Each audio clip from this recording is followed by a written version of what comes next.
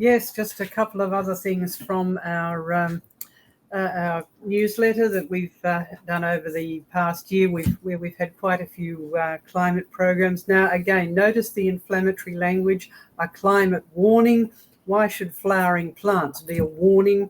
Well, it refers to these sort of little grassy plants here, which have tiny, weeny little flowers. And they grow on a tiny, weeny island, which is off the tip of Antarctica there. And as you can see, it's mostly a cold, bleak place. You wouldn't want to live there. It's even colder than Britain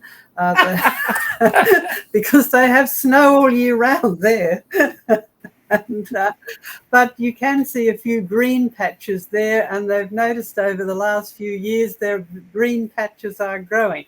There are more of these plants, and there are a couple of species that they found. This one here with these little flowers, and they made the point, if this goes on and on for years and years, Antarctica might end up like it was in the Pliocene or the Pliocene period. Now, when was that?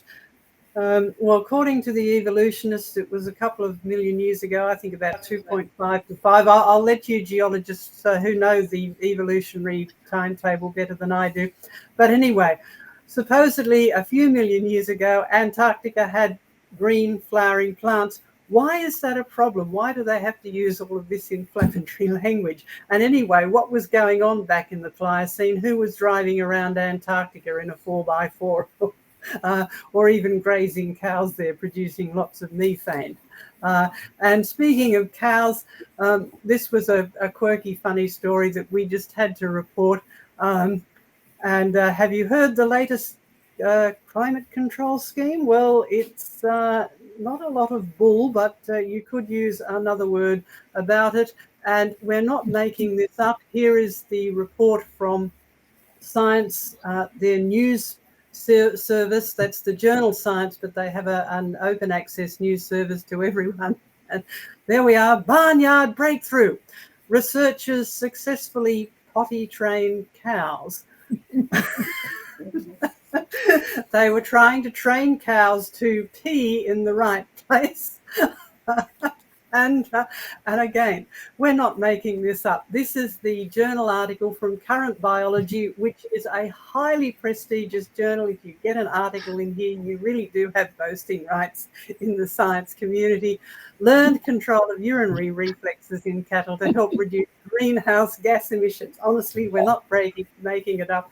If you want to look up the original reports, we have got links to them on our website. So this is where climate research is heading, into all sorts of strange places. Now, occasionally you'll get some good news with climate. A report fairly recent saying that, well, we can look forward to more rainbows because climate prediction, well, I doubt whether any of us will be around in 2100 to see whether this prediction comes true, but by 2100, climate change is likely to generate an increase in the mean global annual rainbow days. Oh, isn't that nice? That is, days with at least one rainbow. Yes, we all do like rainbows.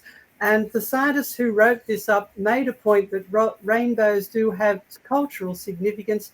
They even quoted from the Bible in that God told Noah the rainbow would be a sign that he wouldn't flood the earth again. The interesting thing is, in the article, they did not give the Bible reference. They actually referenced that quote to another science journal rather than to the Bible. And I just wonder, what are they afraid of? Are they afraid that someone might actually pick up a Bible and look at the context of that whole story and discover why God sent the flood, as well as why he sent the rainbow? And that's an important point. Now, here's a report that's fairly recent. We haven't written this one up yet, but we will. Climate change doomed the Hittite Empire. Now, remember the Hittites? Well, you wouldn't have met many Hittites around lately because they are an extinct community, but they do rate a mention in the Bible, particularly those early chapters that Sam and his Bible reading fellows are going to be reading about fairly soon, because the Hittites were one of a number of people groups that lived in the Middle East and a little bit north up around the Anatolian region. In terms of modern geography, that's sort of southeast Turkey, Syria, that region there. The Hittites lived there, and they were one of the enemies of Israel, and they fought many battles with them.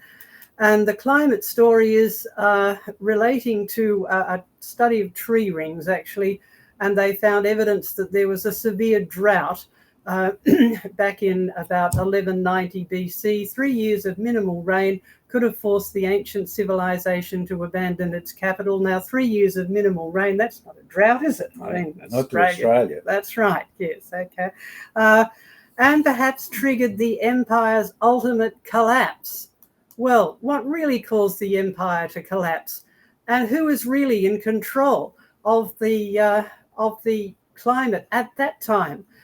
The Bible has a lot to say about droughts. Remember, Abraham experienced a drought, a famine in the land, which caused him to go to Egypt. And this is a mural that we have at Jurassic Ark.